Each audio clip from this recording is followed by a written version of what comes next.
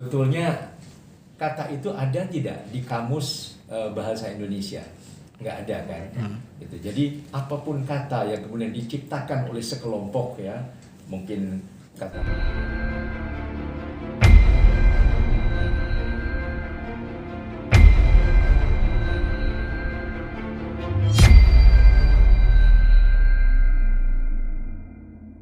Terkait kata anjay sendiri, dampak psikologis terhadap anak seperti apa, Kak Seto?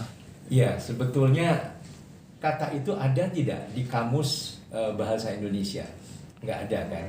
Gitu. Jadi apapun kata yang kemudian diciptakan oleh sekelompok ya, mungkin kata-kata gaul dan sebagainya, itu tergantung juga konteksnya dan penggunaannya.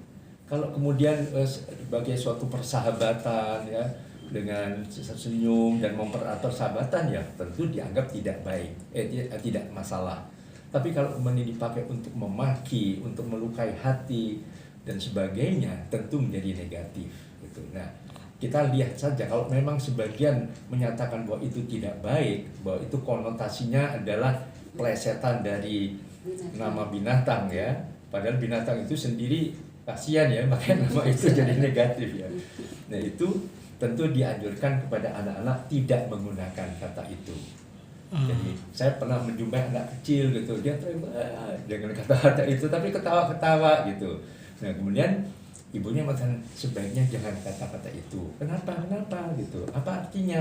Ya memang nggak ada artinya, tapi sementara mungkin teman-teman takutnya tersinggung, jadi marah gitu. Jadi mungkin dinetralisasi saja, selama ini masih menjadi bahan perdebatan, itu sebaiknya tidak digunakan.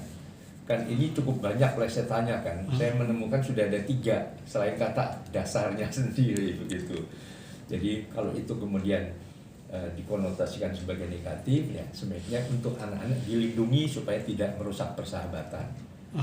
Tapi kalau terkait kata tersebut ada di televisi dan ditayangkan langsung kepada masyarakat, itu seperti apa, Kak Seto? Ya itu tadi, jadi itu kan kesepakatan. Seperti misalnya ada kata di Surabaya, sebuah kata di Surabaya sendiri untuk persahabatan, wah mereka sambil ketawa, sudah lama nggak ketemu, lalu mengatakan kata itu, nggak ada masalah. Tapi begitu dipakai untuk menghujat, menghina, atau memaki, ya tentu akan jadi masalah begitu. Jadi sebenarnya tergantung penggunaannya dan konteksnya kata itu. Tapi kalau itu memang sementara ini cukup ramai dan sebagainya, ya kami pribadi menganjurkan sebaiknya tidak usah diucapkan lah, daripada kemudian menjadi permasalahan malah mengganggu konsentrasi kita yang sedang gencar-gencarnya menghadapi COVID-19 ini.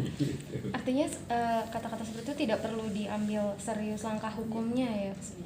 Ya makanya seberapa jauh itu melukai hati dan sebagainya, dan itu sebetulnya lebih baik konsultasi kepada ahli bahasa.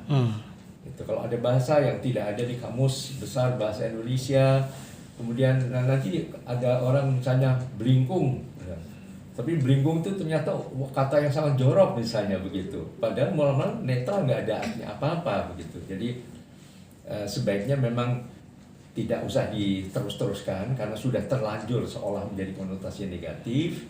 Kemudian marilah kita entah para selebritis, entah para seniman, entah para tokoh-tokoh muda ini fokus pada bagaimana menghadapi pandemi COVID-19 ini.